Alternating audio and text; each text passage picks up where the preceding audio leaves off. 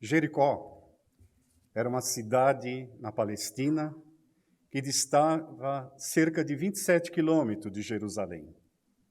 Essa cidade foi uma cidade reconstituída por Marco Antônio, o imperador romano, em homenagem a Cleópatra. Era uma cidade muito bonita, uma cidade de um clima ameno e que muitos dos poderosos da época saíam de Jerusalém para se instalar na pequena cidade de Jericó e que, na época, também ela era considerada uma das maiores de toda a Palestina. Nessa cidade havia um publicano. Esse publicano tinha o nome de Zaqueu e ele era cobrador de imposto a serviço de Roma. Naquela tarde, Zaqueu saíra do seu palácio, um homem muito rico, de estatura bem pequenininha. Ele se dirigia à casa de Bartimeu, o conhecido cego de Jericó. E lá fora cobrar os impostos devidos por Bartimeu. Saiu da casa de Bartimeu irritado, porque não conseguira receber nenhum centavo. Volta para o seu palácio, quando ele é informado por um seu subordinado, que Bartimeu estava na porta do seu palácio querendo falar com ele. Super irritado, porque eles chegaram da casa de Bartimeu e nada receberam, não deixou nem Bartimeu falar, já foi empurrando escada abaixo do palácio. Mas ele consegue ouvir. Zaqueu, Jesus está em Jericó. Aquilo foi o suficiente para que ele descesse rápido, fosse lá embaixo e pegasse o Bartimeu. Ali Bartimeu dá detalhes de que ele viria, o nosso mestre, àquela pequena cidade de Jericó. Ali, Zaqueu, sabendo que a multidão que iria se aglutinar ao redor do Cristo, ele sobe no sicômoro, que era uma figueira estéril, mas de tronco muito forte. E por ser baixinho, ele sobe no sicômoro e fica no alto à espera de ver Jesus. Aquela comitiva em que trazia aquele homem belo, aquele Senhor que todos amavam, ao lado dele estava o seu primo Levi, e ali aquela comitiva se aproximava da árvore onde Zaqueu se encontrava pendurado. Naquele instante, Levi, que também era cobrador de imposto em Cafarnaum, olha para cima da árvore e reconhece Zaqueu pendurado naquela árvore. Fala para Jesus: mestre, olha quem está pendurado naquela árvore. E Jesus olha. Diz a espiritualidade que naquele instante, Zaqueu parecia uma fruta madura que iria cair só em ver aquele belo homem na sua frente. Mas após a palavra que Jesus diz a ele: Zaqueu, desça depressa, porque essa noite eu me hospedarei no teu palácio. Não vamos entrar em detalhes. Houve algum tumulto. Por que Jesus iria se hospedar na casa de um homem rico? O resumo de tudo isso é que naquela noite, como pai e filho passearam dentro do palácio Jesus e Zaqueu. E ali Zaqueu promete a Jesus devolver todas as riquezas que ele tinha roubado daquelas pessoas, doava grande parte da sua riqueza e queria, sim, se tornar um verdadeiro seguidor do Cristo. Nós sabemos que Jesus prometera no terceiro dia partir para os céus. Na casa de Maria Marcos, ele diz a João isso, ao filho querido: eu irei, filho, para junto do meu pai, mas pedirei a ele que envie o Consolador prometido, aquela história linda em que ele fala ao filho querido dele, o filho de Salomé e Zebedeu. Mas ali, ele tinha um propósito grande com Zaqueu. Era fazer com que Zaqueu verdadeiramente se renovasse dentro de si. E verdadeiramente, depois da partida de Jesus, depois do suicídio de Judas Iscariote, o tripé do cristianismo, formado por João, por Tiago Maior, o seu irmão, e por Pedro, chama Zaqueu depois da morte desses dois amigos e os convida Zaqueu para que ele fosse o 13º discípulo de Jesus. Batiza-o com o nome de Matias. E ali, a vida daquele homem consegue uma sequência, levando o evangelho para a Etiópia, para parte da África, para grandes locais, divulgando sempre o nome de Jesus. No século XIII, esse mesmo espírito, segundo Miramês, no livro Francisco de Assis, na psicografia de João Nunes Maia, esse espírito encarna em Portugal com o nome de Fernando de Lisboa, e que mais tarde se transformaria num ser super conhecido no meio católico, com o nome de Antônio de Pádua. A preparação nesse século XIII para a vinda desse homem foi feita através da égide de Jesus. O chamado 201, que encarnariam na Europa e na África para protegerem aquela matança que havia na terra, promovida pelo reencarne de milhões e milhões de espíritos, alguns nascendo como mouros, outros como cristãos, matando em nome de Deus e de Jesus, de Alá e de Maomé. As famosas cruzadas, que foram em número de 8, e que duraram cerca de 200 anos. Esse espírito foi entre eles, o chefe da equipe, que era João Evangelista no plano espiritual e que, quando encarna em Assis, recebe o nome de Francisco. Esse espírito, ele sabia da sua missão futura. E já no século XVIII, já passando para o século XIX, começam as reuniões nos céus de Paris.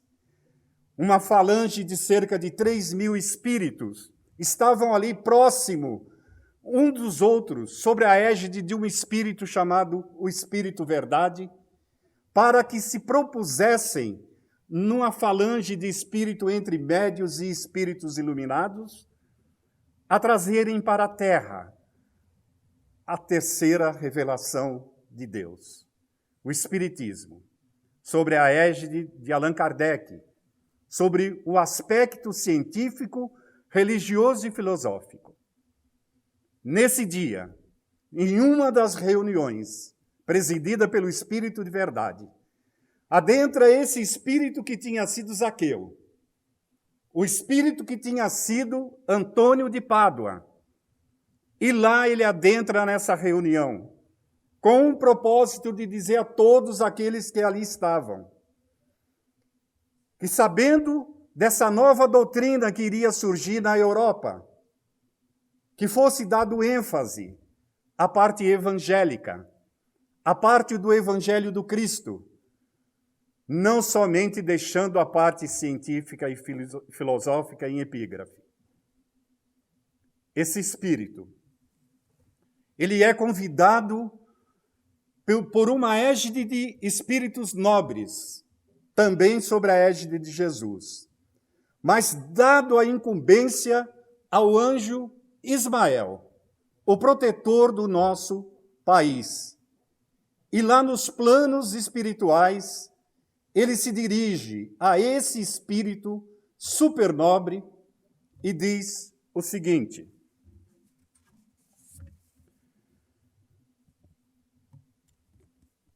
se aproximando, ele fala para esse espírito que a missão que ele teria no país do cruzeiro seria de reunificação, dizendo a ele: tu descerás as lutas terrestres com um grande objetivo de concentrar as energias nesse país chamado Brasil. Tu irás reunir todos os elementos dispersos e tu irás criar atividades espirituais dentro dos mais elevados propósitos. Propósitos esses de reforma e de regeneração. Acredite, o próprio Jesus estará contigo. Esse Espírito, que viria a ser Bezerra de Menezes, chora copiosamente na frente daquele anjo, que, porém, lhe diz: Ismael, tudo eu farei para cumprir a missão que está sendo confiada a mim pelo nosso Mestre Jesus. Nasce em 29 de agosto de 1831, em Riacho do Sangue, no Ceará, uma pequena cidade do Ceará, Adolfo Bezerra de Menezes, filho de Antônio Bezerra de Menezes, de Fabiana Jesus Maria de Menezes, para cumprir o que ele prometera a Kardec, o que ele prometera a Ismael, mas também que ele prometera a Jesus e a Deus. Até os 18 anos de idade, Bezerra vivia numa família riquíssima no Ceará. Pais ricos, católicos, mas ele tinha um propósito dentro de si muito grande, de fazer medicina. E ele se dirige com aquela idade para a cidade do Rio de Janeiro, a então capital federal.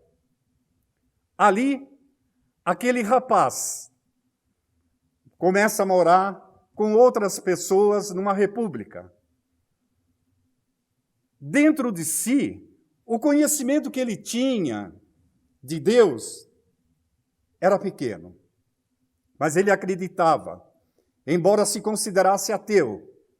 Ele tinha um propósito dentro de si que ele conhecia bem o significado do que era a alma e do que era Deus. O Espiritismo eclode na Europa.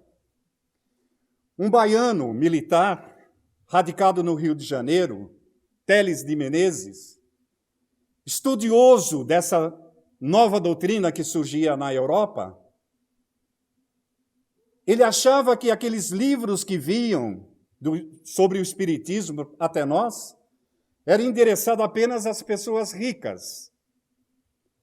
E ele, como homem inteligente, escritor de jornais, passa a traduzir aqueles livros e colocando para que todos, aqueles homens simples que liam apenas jornais ao invés de livros, pudessem tomar conhecimento dessa nova doutrina que a Europa já conhecia.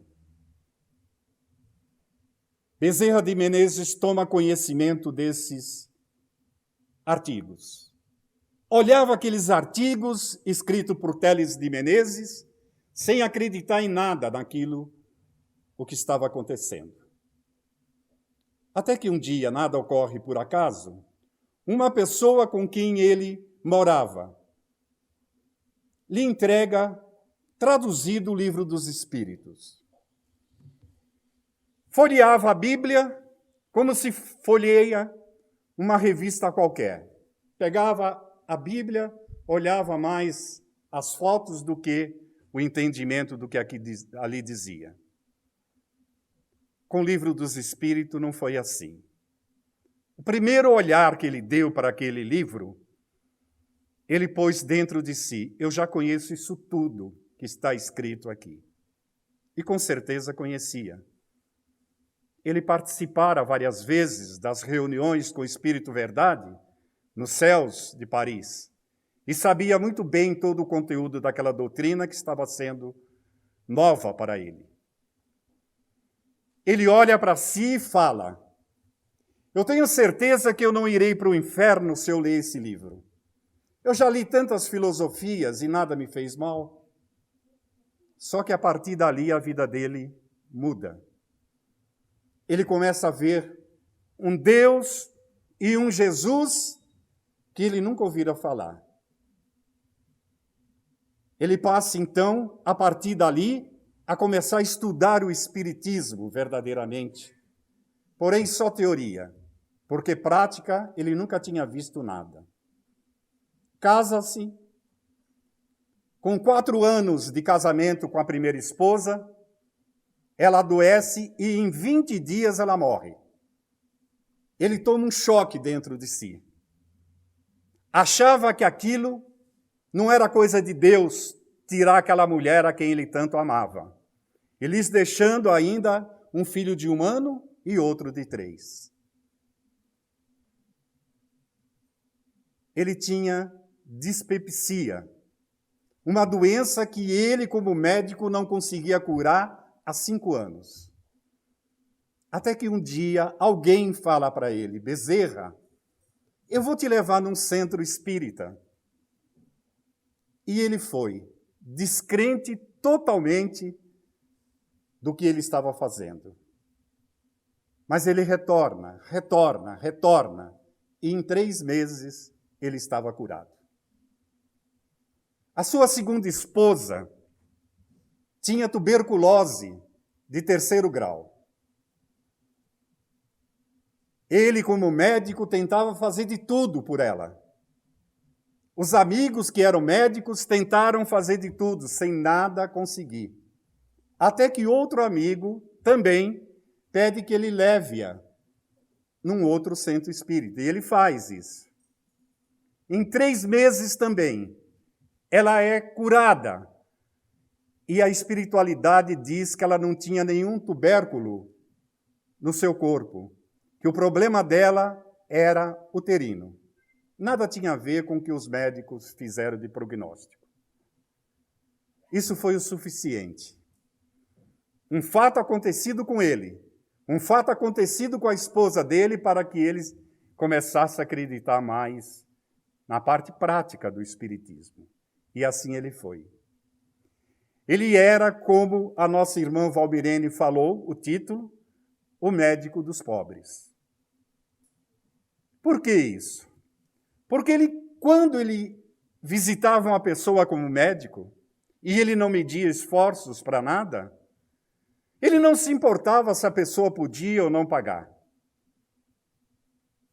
Vários casos são citados por aqueles que contam a vida de Bezerra, de que ele não tinha nada dentro de si apegado aos bens materiais.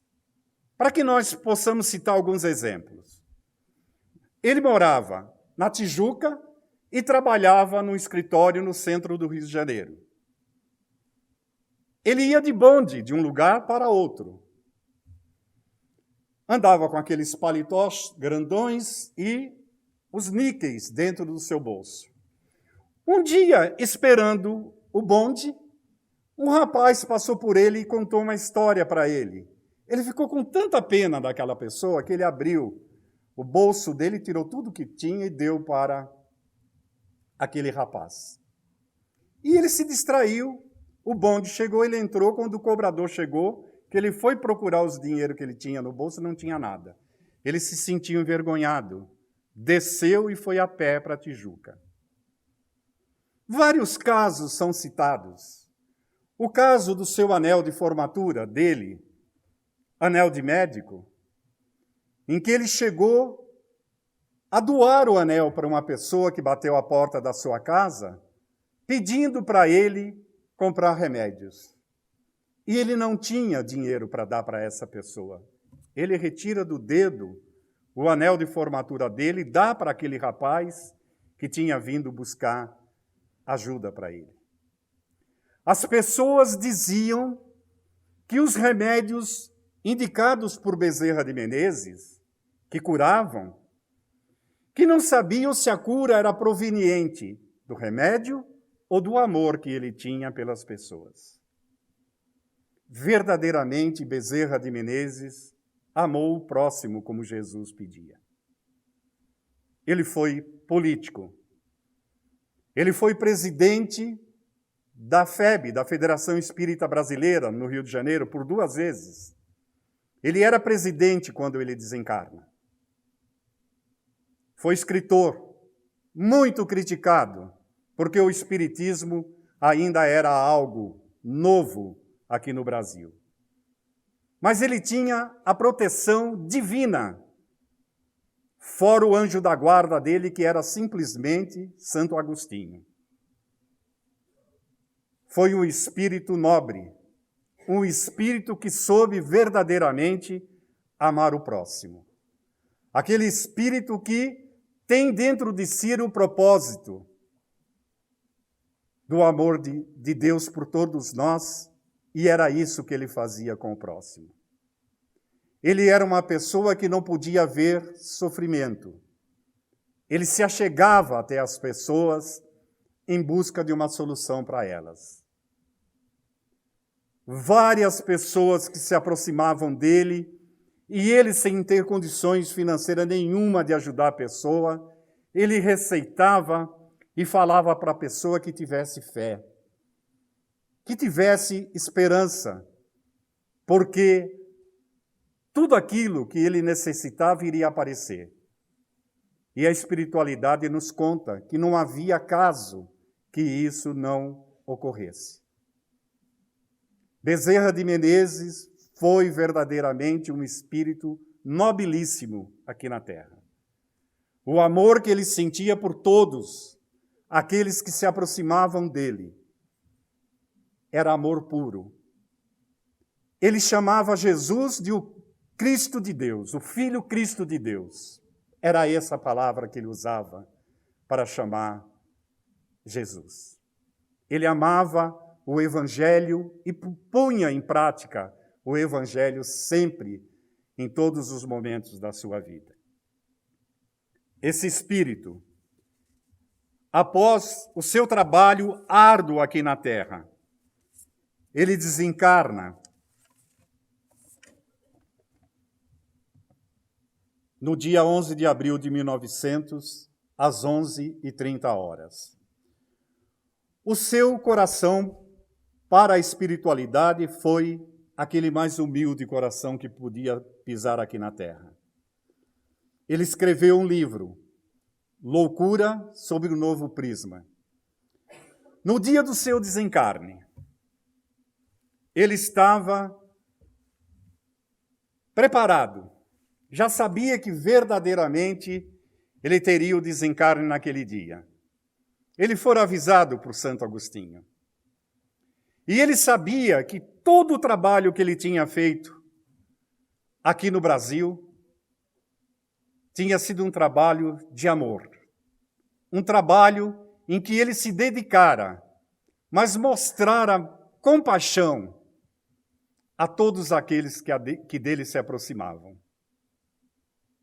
No seu desencarne, ele recebe uma mensageira. Nos planos espirituais onde ele se encontrava, ele vê uma luz vindo na sua direção. E essa luz se identifica com o nome de Irmã Celina. Ela se aproxima dele e diz a ele: Bezerra, eu estou aqui amando da nossa Mãe Santíssima, para te fazer um convite para que você aceite estar com ela nos páramos divinos, pois ela tem trabalhos maravilhosos para que você possa fazer ao lado da nossa mãe querida. Bezerra agradece à irmã Celina, olha para aquele espírito de luz, se ajoelha aos pés dela e diz para ela: Irmã, enquanto houver aqui no Brasil uma pessoa derramando uma lágrima, eu quero me fazer presente. Eu quero socorrer essa pessoa. Eu fui muito bem orientado pelo anjo Ismael e prometi a Deus, a Jesus e a ele fazer um trabalho de amor aqui nesse país. E eu quero dar continuidade a esse meu trabalho. Agradeço a nossa mãe querida, mais uma vez. O meu muito obrigado à minha Mãe Santíssima. Mas eu quero continuar ao lado de todos aquelas pessoas aqui no Brasil que sofrem e que precisam do meu carinho, do meu consolo, da minha fé que eu tenho no nosso Pai Celestial.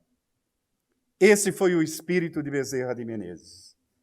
O médico dos pobres, aquela pessoa que verdadeiramente colocou o Evangelho do Cristo acima de qualquer coisa. Foi um espírito de luz, Um espírito cuja trajetória nós conhecemos um pedaço muito pequeno. A vida dele, como Antônio de Pádua, é linda, porque era um espírito que tinha o dom da mediunidade, de tudo que é tipo de mediunidade, entre elas a bicorporeidade. Então, um espírito do porte de Antônio de Pádua, do porte de Bezerra de Menezes, são espíritos o mesmo para nós, que veio trazer até nós alento, para que nós pudéssemos ter coragem de olhar para dentro de nós e dizer: o Evangelho do Cristo Jesus é a nossa luz na nossa vida, como várias vezes Bezerra de Menezes disse isso aos outros. Que Deus nos abençoe, nos proteja e faça com que nós possamos sentir em nossos corações, já que esse salão tem o nome dele, já que nesse salão as energias colocadas antes de vocês entrarem aqui, foi para que cada um de vocês sinta no coração a presença desse médico, desse amigo, desse carismático espírito de luz que está entre nós. Que Deus nos abençoe.